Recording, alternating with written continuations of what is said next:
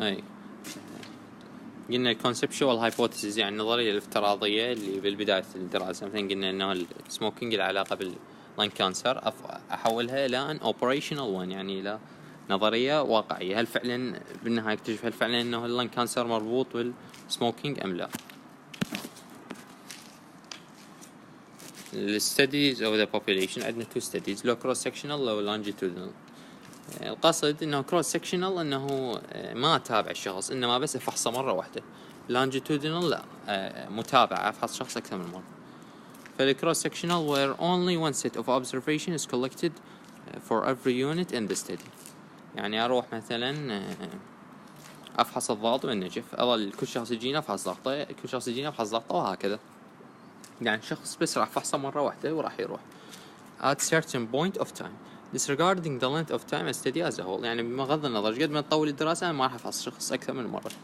longitudinal لا، الشخص أتابعه أكثر من مرة where two or more sets of observation are collected for every unit in the study. يعني كل شخص بالاستدي أفحصه مرتين أو ثلاثة. مثلا يابا شخص أشوفه سموكر ويدخن، اليوم أفحصه وشوف ايش قد ضغطه، ورا 5 سنين أفحصه وشوف ايش قد ضغطه، ورا 10 سنين أشوفه ايش قد صار ضغطه، وهكذا. ومتوقع انه يزداد ضغطه لان smoking is a risk factor for hypertension. Follow up is involved in order to allow monitoring of a certain population cohort. يعني انا راح اسوي monitoring الفد population اللي هي هاي مجموعة الناس اللي اتابعهم نسميهم الكوهورت over a specified period of time. Some such population are at risk disease free at the start of the study. القصد يعني انه عادة بدني الدراسات انه نجيب المريض ما عنده شخص ما عنده المرض بالبداية، مثل ما قلنا مثال مثلا الهايبرتنشن او مثلا اللان كانسر، نجيب مجموعة من الاشخاص ما عندهم لان كانسر واشوفهم من يدخنون يابا ورا سنين هل راح تزداد نسبة development of lung cancers ام لا. يعني الافضل انه بالبداية يكون اشخاص ما عندهم المرض، عمود اشوف هل هذا ريسك فاكتور هو راح يولد لهم المرض ام لا. بعدين مو اجيبه هو عنده اصلا عنده لان كانسر، بعد شنو الفائده من الستدي؟ types of studies عندنا الobservation interventional. observation بس اراقب ما اتدخل انا، اللي هو of two types descriptive والanalytic. descriptive انه بس اشوف description of the disease occurrence. يعني مثلا اشوف ايش قد عدد اللان كانسر، اقول يابا بالنجف اكو 5000 لان كانسر، هكذا بس description. analytic لا، استنتج هو ما راح ناخذ هسه المحاضرة الجاية، انه مثلا اجيب جروبين اخلي الناس جروب مدخنين وجروب غير مدخنين، واشوف ورا مثلا 15 سنة ايش قد نسبة الناس اللي راح will develop lung cancer from the smokers and ايش قد راح develop lung cancer from the non-smokers. راح الاحظ انه الاكيد المدخنين اكثر راح يتولد لهم لان كانسر، فعندها اقدر استنتج انه اللان كانسر is a risk factor for smoking.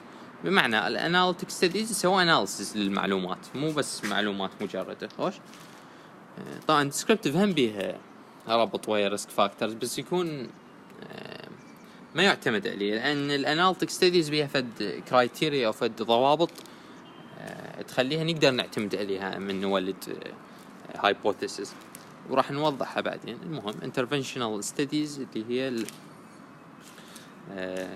انه لا انا اتدخل، اللي مثال عليها الار سي تي او الراندومايزد كنترول ترايلز اللي هذني بالادويه. يعني معنى مثلا اشخاص عندهم مثلا ستومك كانسر وانا عندي فد كيموثيرابي جديد اريد اجربه، اعطيهم الكيموثيرابي اني اي ويل انترفين، راح اتدخل اعطيهم الدود هذا واشوف ايش قد منهم راح يطيبون ايش قد منهم ما راح يطيبون، وعلى اساس هذا اولد استدي هل هذا الدراج يشتغل ام ما يشتغل. الستديز in descriptive and analytic. descriptive describe the occurrence of the outcome. اكو disease لو ماكو disease. analytic study describe the association between the exposure and the outcome. يعني معناه انه قلنا نشوف هل مثلا smoking exposure to smoke will lead to increase the outcome of lung cancer وهكذا. جاي اقول لك الاناليتيك ستدي شوف exposure and disease are linked or not. case report and case series. case report انه describes the experience of a single patient. يعني دكتور مثلا يلقى فد كيس interesting يبلغ عن هاي الكيس يسموها كيس ريبورت. كيس سيريز لا، مجموعة من الكيس ريبورت usually a coherent or consecutive set of cases of disease. يعني coherent يعني صار بنفس الوقت or consecutive يعني فترات متقاربة أو واحد ورا الثاني كيسات يصيرن which derive from either the practice of one or more healthcare professional or defined healthcare facility. هذين الكيس سيريز تصير له انه اكثر من دكتور يبلغ يابا اني لقيت لان كانسر، ذاك يقول انا لقيت لان كانسر، جمعهن يصير عندنا كيس سيريز. او لا يابا هيلث كير فاسيلتي، مثلا مستشفى تقول لي لقيت اني 50 كيس ريبورت مال لان كانسر، نجمعهن نسوي هيلث كير سيريز.